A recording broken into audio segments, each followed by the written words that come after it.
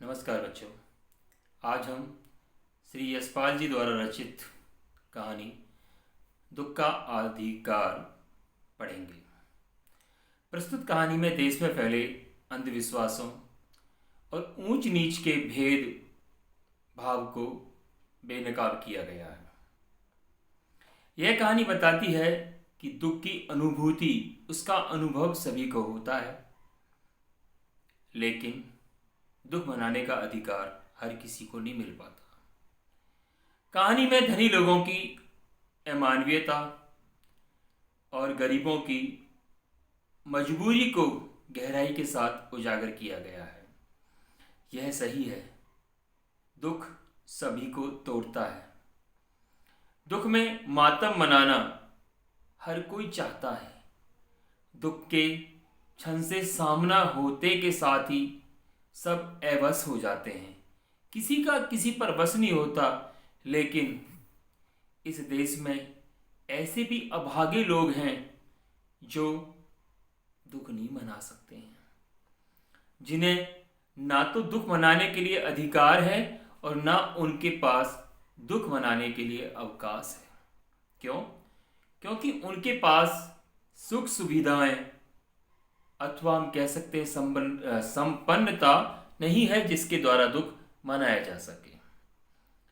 लेखक का कहना है कि मनुष्य की पोशाकें उन्हें विभिन्न श्रेणियों में बांट देती हैं।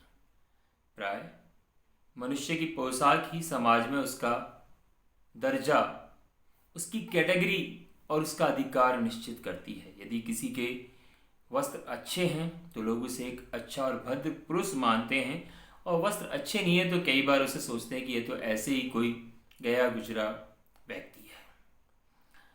कई बार हमारे जीवन में हमारी पोशाक हमारे लिए अनेक प्रकार के दरवाजे खोल देती है, तो वहीं दूसरी तरफ पोशाक हमारे लिए अनेक खुले हुए दरवाजों को बंद भी कर देती है।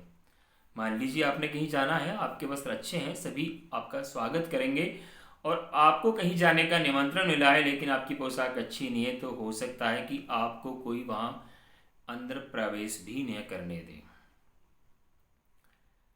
परंतु कई बार ऐसी भी परिस्थितियां आ जाती हैं जब हम थोड़ा सा नीचे झुककर समाज की निचली श्रेणियों की अनुभूति को समझना चाहते हैं, तो उस समय हमारी पोशाक ही हमारे लिए बंधन और अड़चन अर्थात रुकावट बन जाती है। जैसे वायु की लहरें कटी हुई पतंग को अचानक से भूमि पर नहीं गिरने देती हैं, दूर तक उड़ा ले जाती हैं, उसी प्रकार विशेष परिस्थितियों में हमारी पोशाकें हमें झुकने से रोके रखती हैं।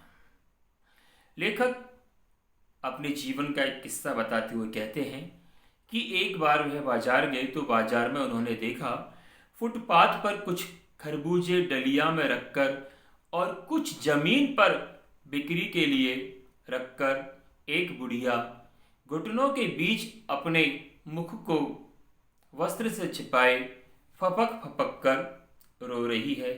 उस बुढ़िया की अधेड़ उम्र थी। अब उस बुढ़िया से कोई भी खरबूजे लेने के लिए कैसे आता, क्योंकि बुढ़िया तो रो रही थी और उसने अपना मुख कपड़े से ढककर घुटनों में छिपाया हुआ था। जब लेखक ने उसकी इस प्रकार की दशा देखी तो उस बुढ़िया के मन की बात जानने के लिए, उस बुढ़िया के विषय में जानने के लिए लेखक के मन में उत्सुकता जागी। तो पास पड़ोस की दुकानों के तख्तों पर, क्योंकि दुकान के सामने कई बार दुकानदार तख्त डाल देते हैं जिस पर सामान वगैरह लगा देते हैं, बैठे और बाजार में खड़े लोग घृणा से, नफरत से उस स्त्री के संबंध में बात कर रहे थे। उस स्त्री का रोना देखकर मन में एक व्यथा सी उठी। लेखक को दुख की अनुभूति हुई, लेकिन उसके रोने का कारण जानने का लेखक के पास कोई उपाय नहीं था। फुटपाथ पर उस बुढ़िया के पास बैठने से लेखक की पोशाक उसे रोक रही थी, इसलिए लेखक की पोशाक ही बुढ़िया से बात करने में व्यवधान बन गई। लेखक ने सुना कि एक आदमी घृणा से एक और थूकते हुए कह रहा था, क्या जमाना आ गया। जवान बेटे को मरे पूरा दिन नहीं बीता और यह बेहया बेशरम दुकान लगाकर बैठी है। दूसरे साहब ने अपनी दाढ़ी को खुजाते हुए कहा, अरे जैसी नीयत होती है अल्लाह भी वैसी ही बरकत देता है। जैसी जैसी नीयत होती है वैसे ही भगवान के द्वारा उसे वृद्धि, बढ़ोतरी और संपन्नता प्राप्त होती है। सामने के फुटपाथ पर एक व्यक्ति दिए सलाई की तिल्ली से अपने कान को खुजा रहा था। उसने कान को खुजाते हुए कहा, अरे इन लोगों का क्या है, ये कमीने लोग रोटी के टुकड़े पर जान देते हैं। इनके लिए बेटा बेटी कसम लुगाई सब कुछ रोटी का टुकड़ा है। परचूने की दुकान पर लाला जी बैठे थे। तो लाला जी ने कहा, अरे भाई, भले ही इनके लिए मरे जिए का कोई महत्व ना हो, कोई मतलब ना हो, लेकिन कम से कम दूसरे के धर्म ईमान का तो कुछ ध्यान रखना चाहिए। जवान बेटे के मरने पर, जवान व्यक्ति के मरने पर 13 दिन का सूतक होता है। 13 दिन तक कोई किसी के घर से ना कुछ ले सकता है, ना कुछ खा पी सकता है। और यह यहाँ सड़क पर बैठकर बाजार में खरबूजे बेच रही है। हजारों आदमी आते जाते हैं। कोई क्या जानता है कि इसके घर में सूतक है। यदि कोई इसके खरबूजे खा लेगा तो उसका तो धर्म ही नष्ट हो जाएगा। कैसा अंधेरा है। लेखक उन सबकी बातों को सुन रहा था। सभी बुढ़िया के विषय में तरह तरह की बात कह रहे थे। तो लेखक के विषय की जो उत्कंठा थी कि क्या कारण है ये जो बुढ़िया इस तरह से खरबूजे बेच रही है, रो रही है, और बढ़ गई। लेखक ने जब पास पड़ोस की दुकानों से पता किया तो पता चला कि उसका एक 23 वर्ष का जवान बेटा था। घर में उसकी बहू है, पोता है, पोती है। लड़का शहर के पास 1.5 बीघे जमीन में कचियारी करके खरबूजे तरबूजे उगाकर परिवार का निर्वाह अर्थात गुजारा करता था। खरबूजों की डाली को, टोकरी को बाजार में पहुंचाकर कभी लड़का स्वयं सौदे के पास बैठ जाता तो कभी अपनी बूढ़ी माँ को बैठा देता। अभी परसों सुबह की बात है। मुंह अंधेरे सूर्य उदय होने से पहले लड़का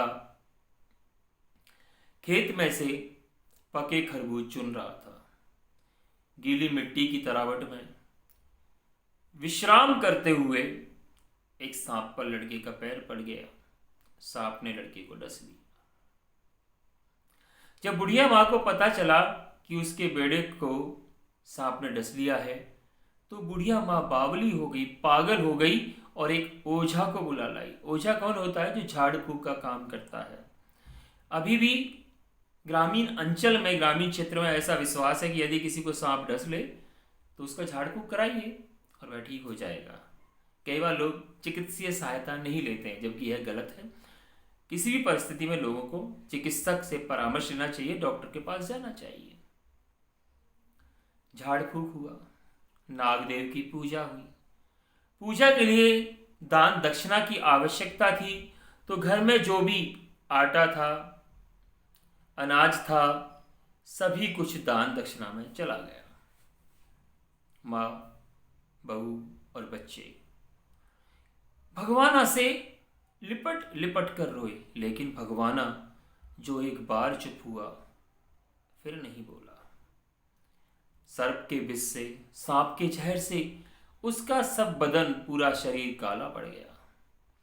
जिंदा आदमी नंगा रह सकता है, लेकिन मुर्दे को कैसे इस स्थिति में विदा किया जाए?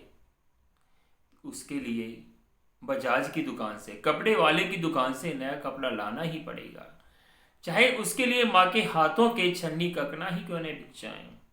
मतलब जो भी माता के हाथों में कोई चूड़ी थी या अन्य छोटा मोटा आभूषण था, वह भी बेचना पड़ गया। कैसी विषम विकट परिस्थिति थी कि भगवान तो परलोक गया ही गया, घर में जो भी कुछ चुनी भूसी थी उस भगवाना को विदा करने में चली गई। अब यदि बाप नहीं रहा तो क्या बच्चों को भूख नहीं लगेगी? लड़के सुबह उठते ही भूख से बिलबिलाने लगे। तो दादी ने उन्हें खाने के लिए खरबूजे दे दिए, लेकिन बहू को क्या देती? भगवाना के जाने के गम में बहू का शरीर बुखार के कारण तवे की तरह तप रहा था। बिना बेटे के बुढ़िया को कोई दुअन्नी या चवन्नी भी उधार नहीं देता। बुढ़िया रोते रोते आंख पहुंचते पहुंचते भगवाना के बटोरे हुए खरबूजों को इकट्ठा करके डलिया में समेटकर बाजार की ओर चली गई। उसके पास दूसरा कोई साधन नहीं था। बुढ़िया खरबूजे बेचने का साहस करके आई थी, लेकिन सिर पर चादर लपेटे, सिर को घुटनों पर टिकाए फपक फपक कर रो रही थी। कल जिसका बेटा चल बसा, आज वह बाजार में सौदा बेचने आई है। हाय रे पत्थर दिल, कैसी विकट परिस्थिति थी। किस तरह से वह अपने दिल पर पत्थर रखकर बाजार में सौदा करने के लिए आई थी। उस पुत्र वियोगिनी के दुख का अंदाजा लगाने के लिए लेखक ने अपने पड़ोस की उस महिला को याद किया जिसका बेटा पिछले साल मृत्यु को प्राप्त हो गया था। वह एक संभ्रांत महिला थी, अमीर महिला थी। पुत्र की मृत्यु के बाद 2.5 महीने तक पलंग से उठ नहीं पाई थी। हर 15 मिनट के बाद उसे पुत्र के वियोग में मूर्छा आ जाती थी, और जब मूर्छा नहीं आती थी तो आंखों से निरंतर आंसू बहते रहते थे। दो डॉक्टर उसके सिराने बैठे रहते थे, हर दम सिर पर बर्फ रखी रहती थी। पूरे शहर के लोग उसके पुत्र शोक से द्रवित हो उठे थे, दुखी हो उठे थे। जब मन को सूझ का रास्ता नहीं मिलता तो बेचैनी से कदम तेज हो जाते हैं, और उसी हालत में नाक ऊपर उठाए राह चलतों से ठोकर खाता हुआ लेखक चला जा रहा था। सोच रहा था, शोक करने, गम मनाने के लिए भी सहूलियत, सुख सुविधाएं चाहिए।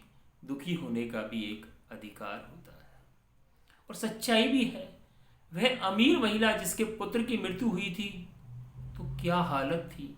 बिस्तर से नहीं उठ पाई थी। लोग उसके दुख में दुखी होने के लिए जा रहे थे। 2 डॉक्टर उसके पास बैठे रहते थे, और एक गरीब महिला, क्योंकि उसके पास में कोई सुख साधन सुविधाएं नहीं थी, परिवार तक को खिलाने के लिए कुछ खाना नहीं था, उसे अगले ही दिन, बेटे की मृत्यु के अगले ही दिन खरबूजे बेचने के लिए बाजार में जाना पड़ा। तो इसलिए कहा गया है कि दुख मनाने का भी एक अधिकार होता है। दुख सबको होता है, लेकिन मना उसको वही पाता है जिसके पास सुख साधन होते हैं। और जो व्यक्ति दिन में कमाते हैं, शाम को खाते हैं, उन्हें तो दुख मनाने का भी अधिकार नहीं होता है।